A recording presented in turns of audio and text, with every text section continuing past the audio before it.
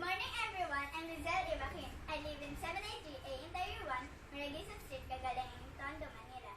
My favorite color is pink and violet. I want to be a nurse someday to help some poor people.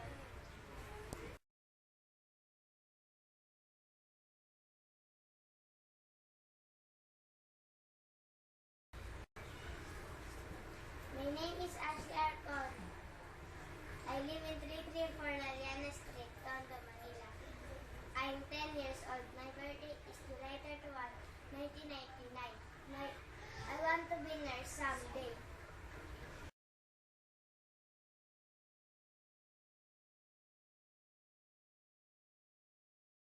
I am Raven Galvez Sanyo. I am 10 years old and my birthday is on October 2. I live in 687 Barcelona Street, Tondo, Manila. My favorite subject is math and I want to be an artist someday.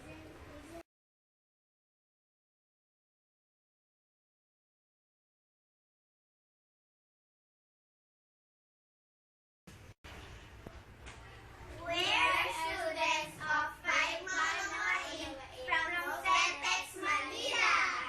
We are doing this video for our science project.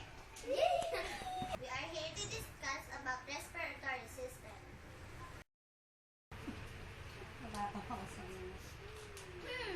What's the respiratory system?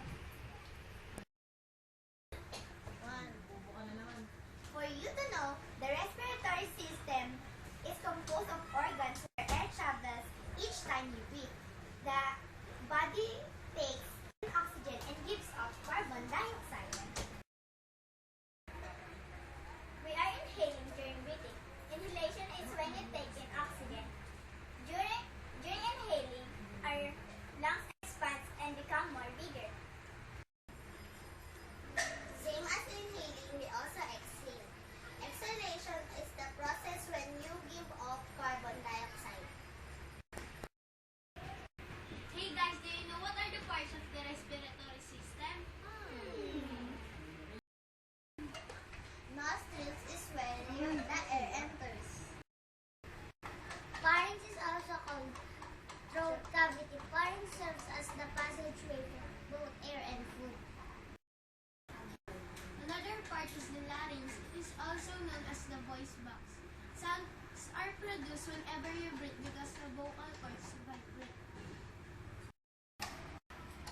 Do you know what trachea is? Well, I know. Trachea is also called the windpipe. In the trachea, there are alveolar ducts. This leads to the alveoli. The lungs has 300 billion of alveoli. Lungs is the major part of respiratory system. Inside of our lungs, you can sew big up to small tubes called bronchi. Bronchi leads the air to the lungs. The lungs have three kinds of bronchi: primary bronchi, secondary bronchi, and tertiary bronchi. Do you know what are the diseases of the respiratory system?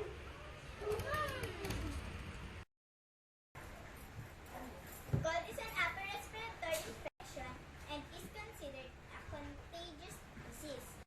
Its symptoms are runny nose, watery eyes, sore throat, and headache.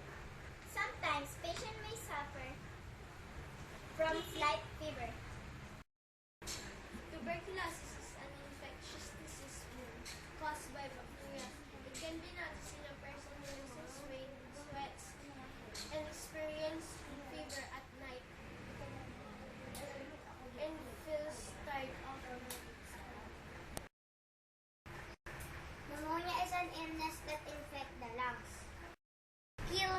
The lung cancer is a disease that destroys the healthy tissues and the organs of the body. How can we take care of our respiratory system?